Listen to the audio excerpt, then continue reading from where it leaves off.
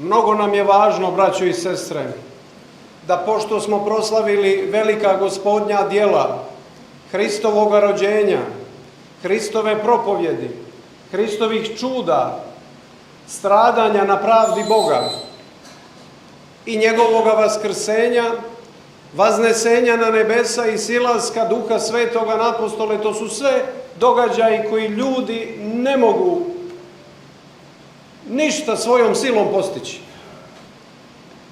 Nema toga carstva, nema toga književnika, nema toga umjetnika, ništa nema u ljudskoj moći što bi moglo da se ravna sa ovim što sam nabrojao. Da je Bog sišao među ljude, da je bio među nama kao jedan od nas, pričao ravnopravno s nama, što bi se reklo brk u brk. Da je postradao radi naše slabosti, da bi našu slabost učinio pobjedom kroz vaskrsenje. Pa je i to bilo malo, nego se vratio Ocu na nebesa, a nama nisposlao Duha Svetoga da budemo ono što po prirodi nikako ne bismo mogli biti, ali po blagodati i ljubavi Božjoj bivamo, a to je čestice jednoga tijela. Pogledajte kakvi smo mi između sebe, koliko nas ima, koliko smo različiti i pogledajte koliko smo jedni drugima simpatični. Ajde da nabrojimo, umije li iko za ovoga do sebe nabrojati 2-3 lijepe stvari? 10 ružnih umije sigurno. Pa nas opet ovakve kakvi smo Bog sabira, pazite sad ovo, u jedno tijelo. Ali da to ne bi bilo, braćo i sestre, neka popovska priča, pričam ti priču o nekim davnim događajima, o nekome Bogu koji je bio tu pa se vratio nazad i tako dalje. Bog je učinio da ljudi, braćo i sestre, ljudi, muškarci, žene, grešni ljudi, da svjedoče živoga Boga.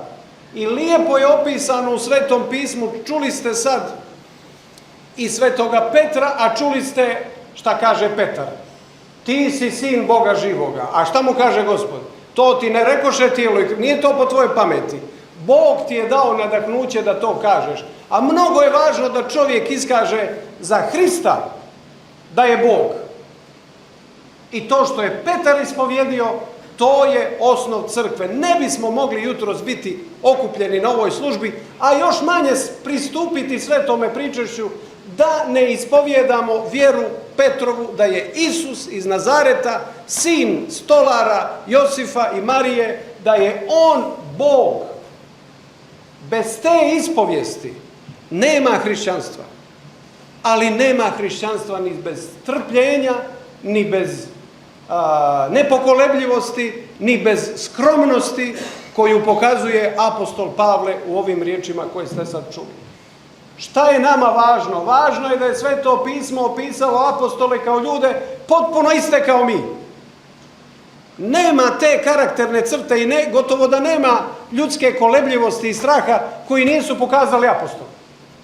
Zato nam je važno da apostoli nisu nikakvi, Bože mi oprosti, ni supermeni, ni Batmani, ni Spidermani, nego pravi ljudi koji su pokazali da umiju da se prepadnu i da umiju i da izdaju i da umiju da pobjegnu glavom bez obzira kad je muka.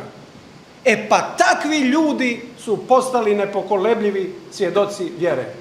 Kako oni tada, tako naši preci na Grahovcu, na Vučijem dolu, tako Sveti Petar, tako Karađorđe, tako prepodobni Justin Ćelijski, tako Sveti Vladika Nikolaj, tako naš blaženo počivši mitropolit, tako i mi danas.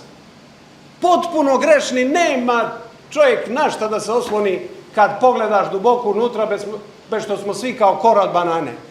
Ali od te mrve, od toga praha, Gospod hoće da učini sebi svoje saučesnike, braću i prijatelje, kako naziva Gospod apostole u Svetom pismu. Zato nam je važan današnji praznik. Da grešni i kolebljivi nikakvi ljudi mogu biti sveti, zovemo ih sveti prvovrhovni Petar, 3 puta se odrekao Gospoda. Sveti prvovrhovni Pavle, bio gonitelj hrišćana. Sveti ljudi, grešni ljudi. To nam je osnova. Sve ovo što je Gospod uradio, što nabroja smo, sve bi to bilo, Bože mi oprosti, džaba. Da nije po Božjoj ljubavi moguće da najgrešniji, najstrašljiviji, najkolebljiviji čovjek bude sveti, kao što Gospod kaže, budite sveti kao što je svet Otac naš na nebesima. To nam daje snagu, to nam daje vjeru, to nam daje razlog da vjerujemo i najveći je grijeh reći ja ne mogu, ja dižem ruke, ja ovo više ne ide, ja ovo ne mogu.